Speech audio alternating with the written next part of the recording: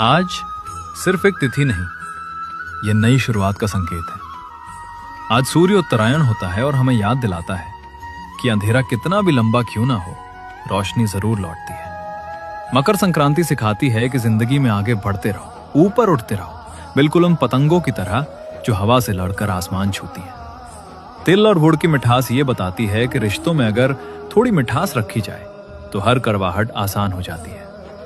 इस मकर संक्रांति पर पुरानी परेशानियों को पीछे छोड़ो, नई सोच अपनाओ और अपने सपनों को ऊंचाई देने का फैसला करो। आप सभी को मकर संक्रांति की दिल से बहुत बहुत शुभकामनाएं। कुछ लोग सोचते हैं कि मंगलवार को या एक दिन छोड़ कर मांस न खाने से ईश्वर उन्हें देख ही नहीं रहे।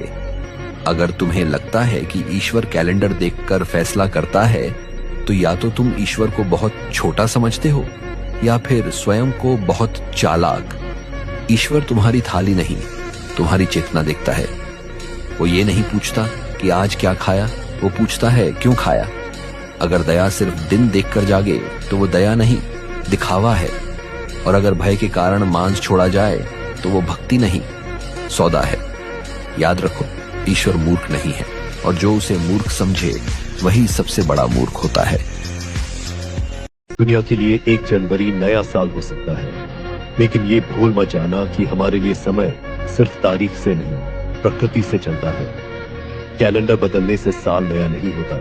साल नया तब होता है जब धरती अपनी धड़कन बदले, पेड़ों में नई कोपलें आई, हवाओं में मौसम की आहट हो और नदियां नई ऊर्जा से बहने लगी। हिंदू नववर्ष किसी कागज के कैलेंडर का मोहताज नहीं, वो मौसम के परिवर्तन और सृष्टि के चक्र से जन्म लेता है।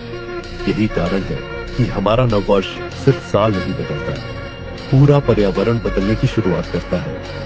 किसान नई फसल की तैयारी करता है, पक्षी नए घोंसले बनाते हैं, धरती खुद को फिर से जीवित करती है। और सोचने वाली बात यह है कि जिस समय हमारा नववर्ष आता है, उसी अप्रैल को अप्रैल फूल कहा गया।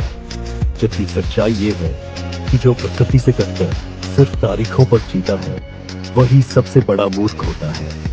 और जो कौम अपने मूल को भूलकर प्रकृति से हटता है, उसका वजूद